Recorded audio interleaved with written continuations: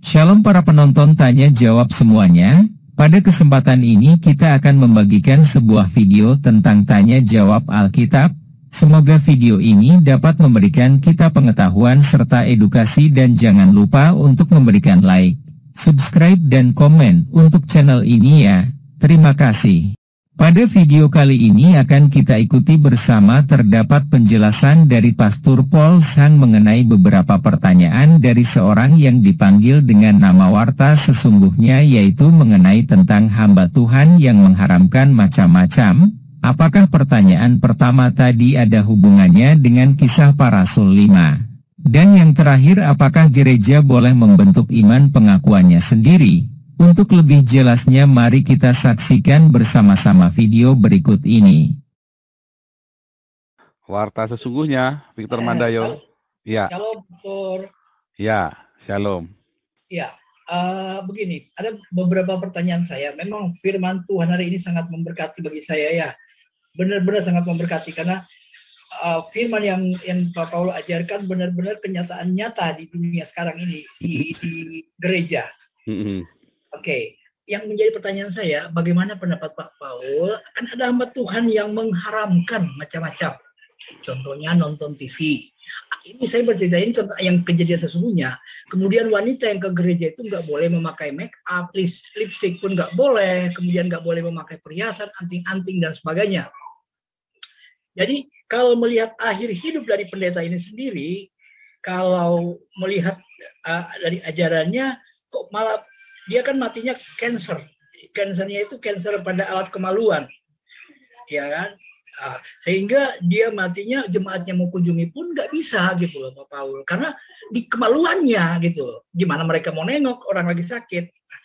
Jadi menurut Pak Paul, pendeta yang seperti ini, itu bagaimana Pak Paul yang mengharamkan tidak boleh nonton TV, jemaat nggak boleh, katanya haram segala-galanya gitu. Nah inilah saya bilang, ada pengajaran-pengajaran itu nggak jauh-jauh beda dengan kadrun gitu loh, yang dengan yang Muslim kadrun.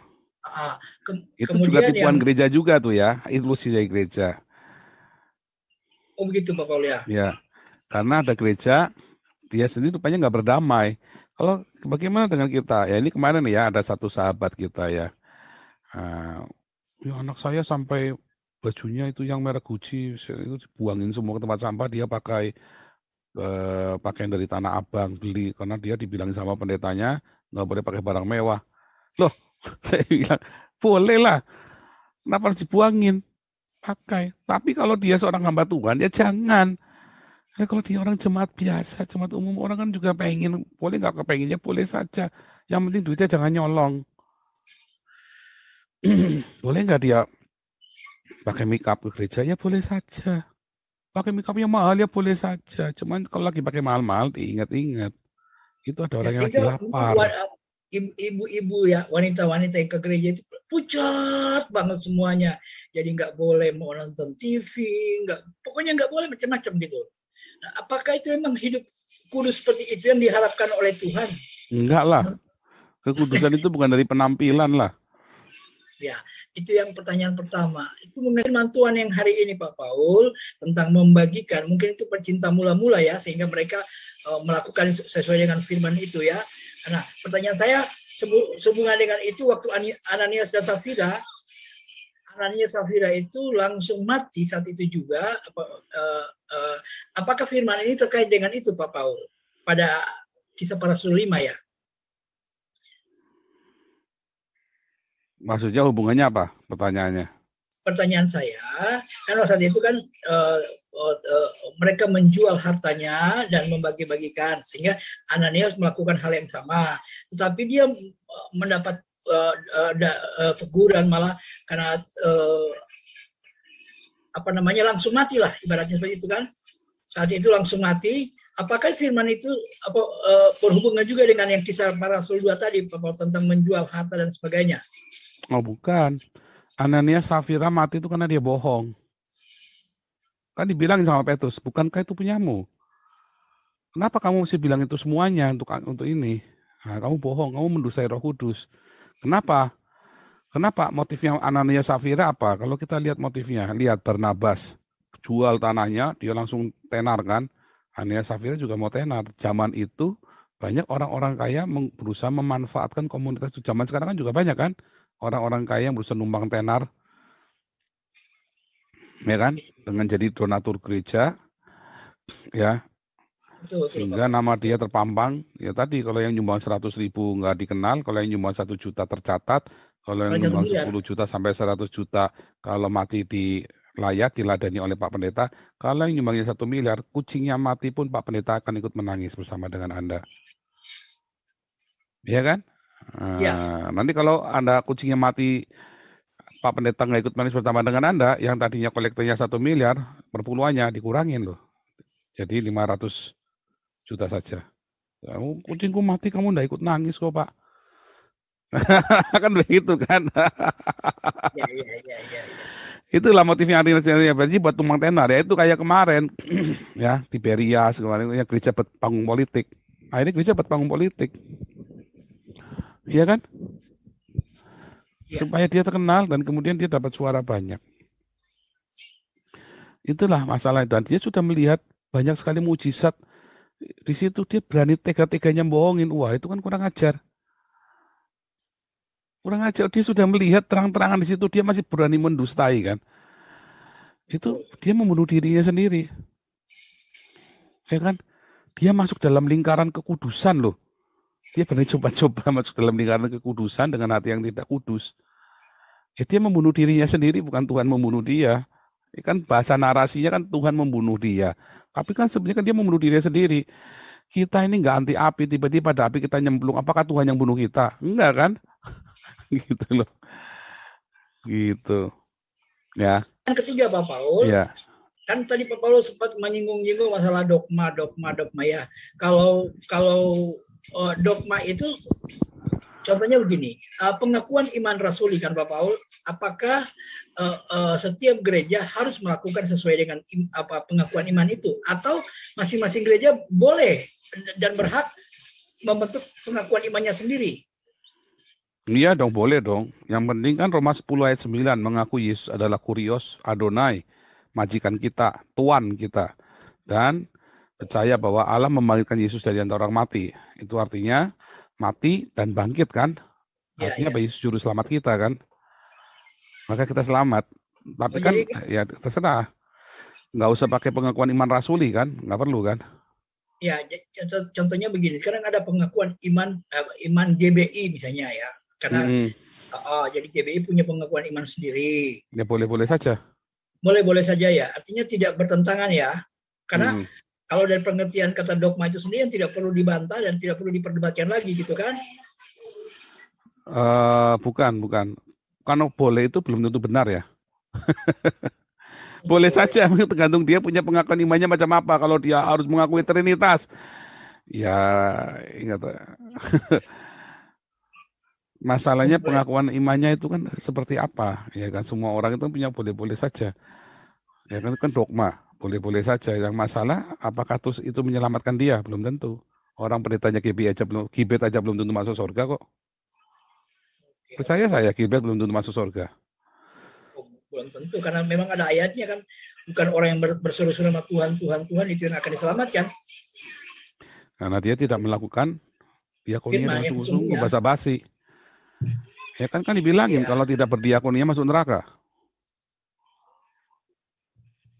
Tadi kan orang Lazarus berbaring di depan pintu gerbang orang kaya ini, tapi yang datang malah anjingnya, bukan si orang kaya ini. Hati-hati. Kalau jemaatnya Gilbert banyak yang kere, Gilbertnya masih berhidup mewah, maka saya yakin Gilbert tidak masuk surga loh. Gitu ya, baik. Kalau jemaatnya Gilbert banyak yang kere, sementara Gilbert masuk bergaya hidup mewah, saya yakin Gilbert tidak masuk surga. Kalau dia kaya raya, Bapak, jangan disaksikan lagi. Makanya pendeta-pendeta banyak yang malas kalau punya jemaat miskin, jadi menghalangi dianya masuk surga. Aduh, orang miskin, berat, kita repot ini. Kemarin janjian mau beli Porsche nggak jadi. Kemarin kita mau beli ini Saint Lawrence nggak jadi. Ya kan? Kasian. Kasian amat. Ya, apa bacanya apa itu? Yesang Laurang ya. Yesan Lawrence, maklum orang kampung gitu yang ngomongnya Saint Lawrence. Yesang Lorang ya, baca Yesang Lorang. Iya, Sang Lorang. Oke Pak Paul, terima kasih banyak. Jadi kalau dari pengertian Pak Paul yang berikan ini bahwa dogma tidak menyelamatkan kan? Jadi enggak, dogma nggak menyelamatkan. Boleh-boleh dia bikin tapi kemarin nggak selamat aja. Dogma tidak menyelamatkan. Orang mau boleh bikin pengakuan grupnya rombongan Nabi 26 bahwa Joseph Paul Sang adalah Nabi dari Tuhan Yesus dan Tuhan Yesus adalah satu-satunya Tuhan. Ya itu tidak menyelamatkan pengakuan itu. Mungkin boleh-boleh saja saya bikin aturan begitu kan. Nah, itu kan grupnya saya kan, suka-suka saya kan.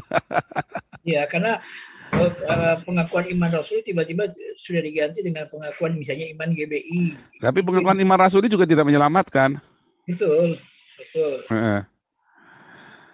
Pengakuan iman yang menyelamatkan Roma 10 ayat 9 pokoknya. Roma, berapa Pak? 10 ayat 9. Kan sudah bolak-balik kita hampir tiap minggu gitu kita bicarain Roma 10 ayat 9. Barang siapa mengaku Yesus adalah Kurios, Adonai, Tuhan ya, bukan Tuhan, bukan Allah ya. Barang siapa mengaku Yesus, Tuhan, Adonai, Kurios, bukan Allah, bukan. Ya.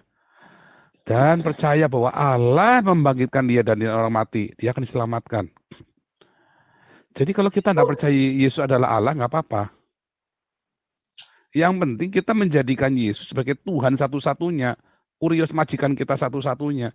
Masalahnya banyak orang ngaku-ngaku Yesus adalah Allah, tetapi dia disuruh diakonia nggak mau, padahal Tuhan sudah bilang suruh diakonia. Artinya dia bohong. Dia tidak menjadikan Yesus sebagai Allah.